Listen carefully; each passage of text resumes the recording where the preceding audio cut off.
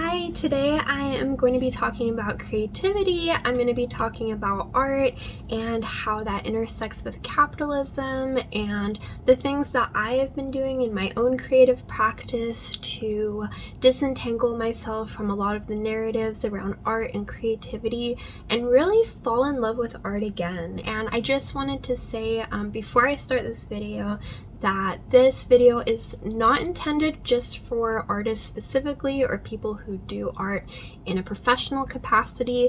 This video is for everyone because I truly believe that everyone is an artist, everyone has creativity with them, everyone has a story to share. Even if you don't like to paint or draw or do anything that is traditionally creative, I think that creativity is one of the most human things that we do, and it is just part of being a human. It's part of being alive, and we do creativity in so many more ways than just what is stereotypically seen as art. It's just about finding that creativity that is within all of us and exploring that and just feeling empowered to be creative in whatever way speaks to you. As somebody who is an artist and knows a lot of other artists and just creative people in general, I think that there's so many hangups in these stories that we internalize from society that gets in the way of our creative practice and really causes us to suppress our own creativity or not be able to tap into that creative freedom as much.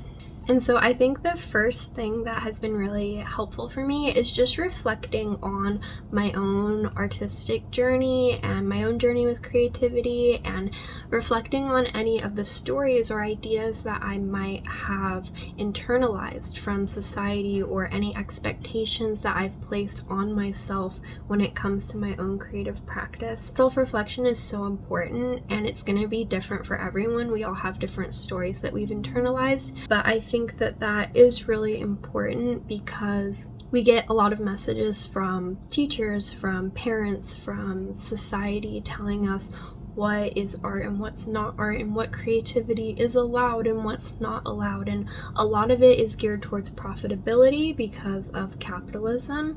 We are taught that art's only valuable if it can be profited from, or our creative expressions, our creative acts are only worth it or worth our time if we can somehow turn it into a profit. And I think that it's really important to dissect that and see where we've maybe internalized some of those stories and where we have potentially might be suppressing our own creativity because of that. It's important to remember that creativity is something that's inherent within all of us. It's not something that we have to learn. It's not something that we have to earn the right to do. And capitalism oftentimes only encourages creativity that can be profited from. And profitability is determined by what capitalism deems as worthy of profit, not necessarily what is inherently valuable to the human spirit. And I think there is such a time and place for making art that is profitable if that is what someone wants to do, to have art that is shared with the world and is sold. And there's so many professions that use creativity and make lots of profits from that, and that's so beautiful. But I think sometimes it can turn really negative when we start only thinking about art in terms of profitability, and that starts to just cause us to not explore our own creativity to its fullest and highest expression. So one thing that has been really helpful to me that I think is incredibly important is creating for yourself, not an audience. And I think that is especially important if you are somebody who does some form of creativity as your profession, myself included.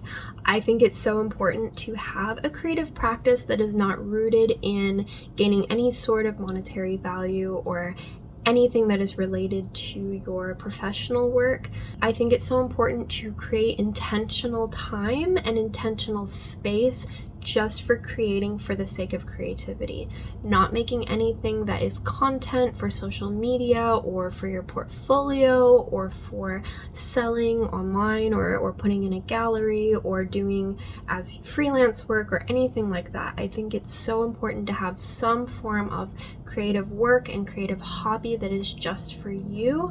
I think that's one of the things that has helped me the most. I have a lot of different creative hobbies, and some of them I do more professionally. I have artwork in galleries and things like that, and then I also have creative work that is just for me, that isn't for any sort of content or for my portfolio or anything like that. And both of them are so important. Both forms of art are incredibly important to me and are so meaningful to me, but it's important to have those intentional spaces of time where you are creating just for yourself so that you don't lose that creative essence and that creative fire of making things from your own passion. I think that it's really easy for creative people to slip into this mindset of just making art for the sake of what's profitable or what is going to help you with your career and things like that. And so I think it's so important to not lose touch with that inner artist, that inner creativity, which is why you sought to do creative work in the first place. It's just not to lose sight of that. And so giving yourself that intentional space is so important. I have done creative acts before, and I told myself before I even started that I was not allowed to post this on social media. I was not allowed to share this with other people. This was just for me. Only my eyes would ever see it.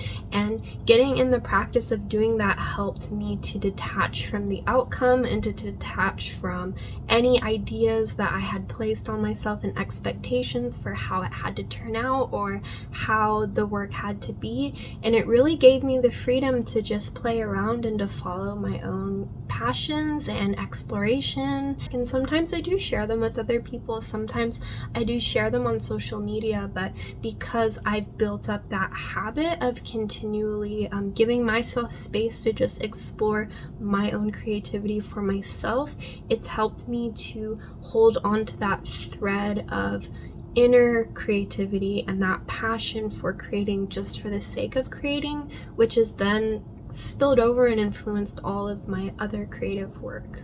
The next thing that I have found that is similar to creating for yourself is learning to tap into a childlike sense of creativity and learning to do creativity as play.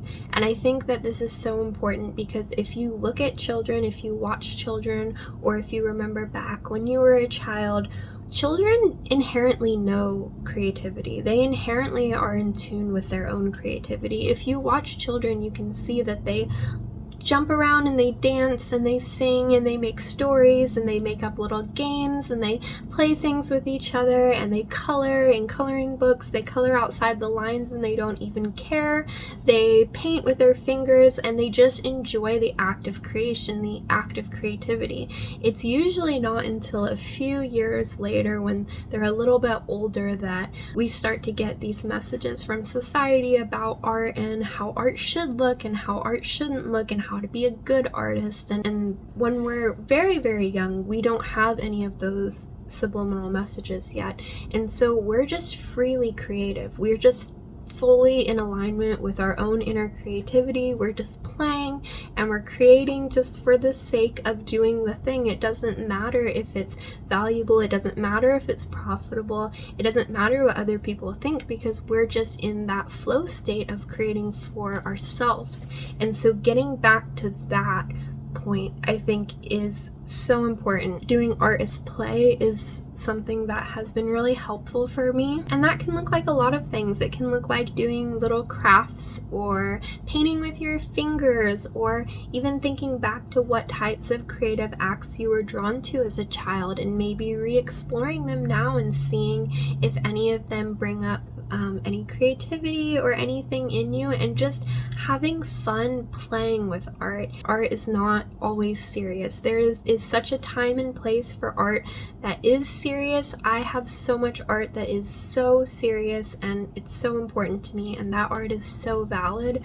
But art can also be playful. It can also be fun. It can also be silly. And I think that's so important to remember that, and to give ourselves space for our serious art if that's something that we feel drawn to do, but also to make art that's not serious, to make art that is just silly and it's fun and it's lighthearted and it's playful, and it doesn't have to look a certain way. It doesn't have to be for any certain project.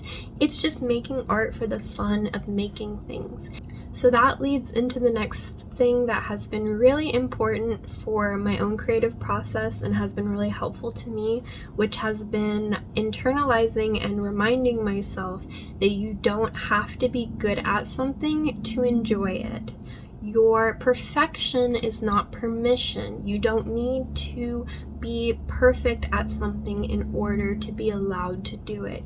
You're allowed to do things just because you want to, just because they're fun, and you don't have to be good at them. We are often pressured to make every hobby monetizable, to make everything we do into content, to make everything for some bigger, grander vision.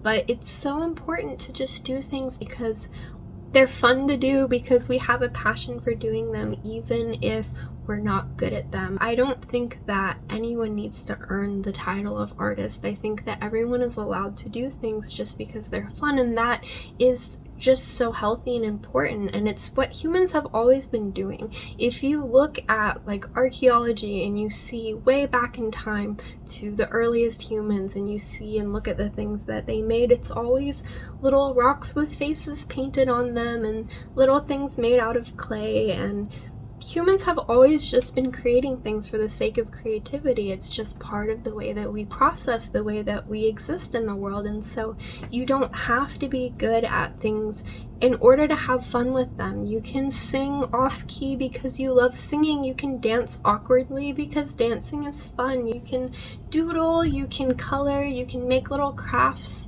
just because you like making them. You don't need permission to do these things. These things are important. Our creative acts are important. It does not matter how they turn out. There's no scale of rating them.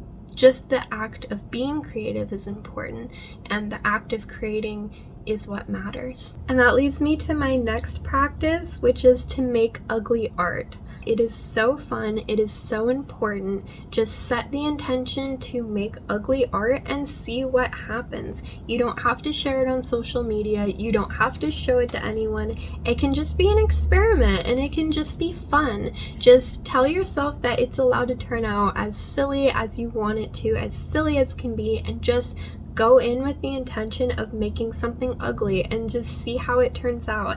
And I love doing that because it's so fun to not have any sort of vision for how the piece is going to turn out, and to just enjoy the process and just playing with my art supplies, playing with different techniques, and just making something silly and seeing what turns out. The next thing I wanted to talk about is making creativity accessible and making art accessible.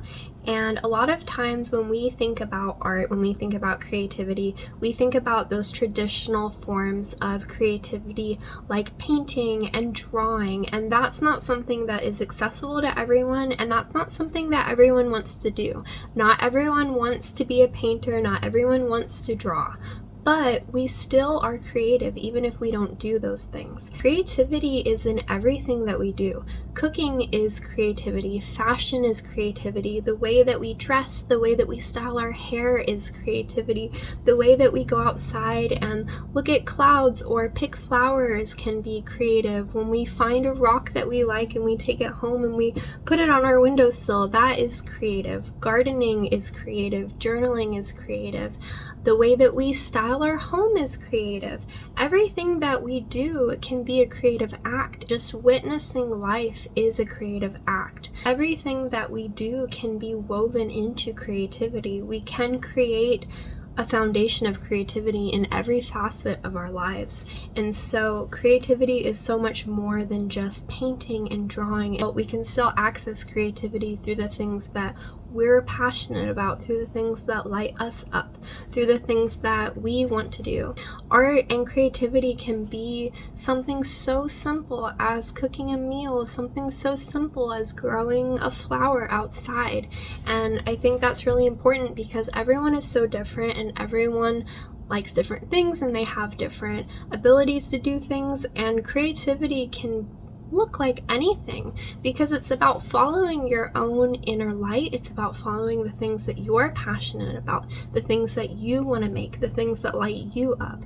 And I think that's so important to remember and to use that as a compass when we're navigating creativity, is to find those threads and those things that we're excited about. I also wanted to touch on something that I see a lot, which is people not wanting to make art because they don't want to waste their art supplies. And that's something that I see even in my friends that are professional artists. It's something that I have done for years. I used to use the most absolute basic cheap watercolors that I could find at the store and paint with them, even though they were so low quality. I couldn't do a lot of the techniques that I wanted to do. They had barely any pigment in them. I just really did not have a good time using them, but I used them for years because I guess I just didn't feel worthy of using more expensive supplies until I had reached a certain skill level. And so I wanted to touch on that because I see that come up a lot for people. And I think what can really help is just buying cheap art supplies and using them, if that's all that you can do, because using cheap art supplies and making art with cheap art supplies, you're still being creative, and that's better than being stuck in this paralyzed state of not being able to do anything creative because you don't want to touch your expensive art supplies. And so still to this day, I have really expensive art supplies that I use for my professional artwork, but then I have cheap art supplies that were a couple of dollars that I got from Target that I use for doodling and things like that, because I know that if I'm using something really cheap, I'm gonna feel more free to just do anything and experiment and use all of the supplies, and I won't have anything in the back of my head about wasting supplies or having to try to use anything really conservatively and not waste it.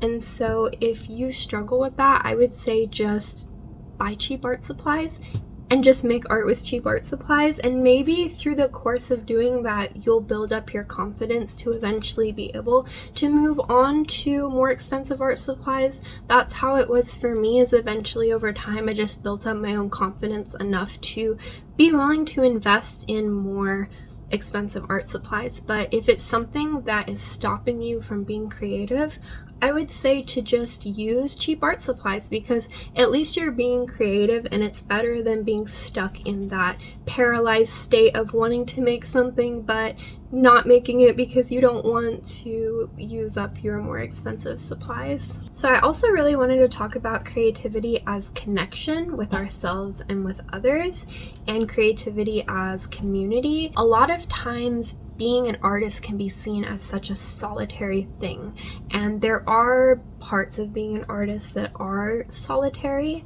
but I think art is ultimately a tool for connection with ourselves and with other people. And when we are creative, we're tapping into our own subconscious, we're tapping into our inner passions, we're exploring our emotions. Creativity is such an important way to connect with other people, because when we are making creative acts and we're sharing them with the world, we're taking a piece of ourselves, of our heart, of our soul, of our experiences, and we're laying it out. We're sharing our story with the world, and then other people can receive that story and they can reciprocate with their own, or they can just know us on a deeper level, and we can have that sense of communion with other people and with ourselves. That is such a core thread to creativity, is sharing our own stories and then sharing it with other people. And so there's this process of mutually exchanging our own song, our own story, our own essence with one another that is far more valuable than just the profitability of art.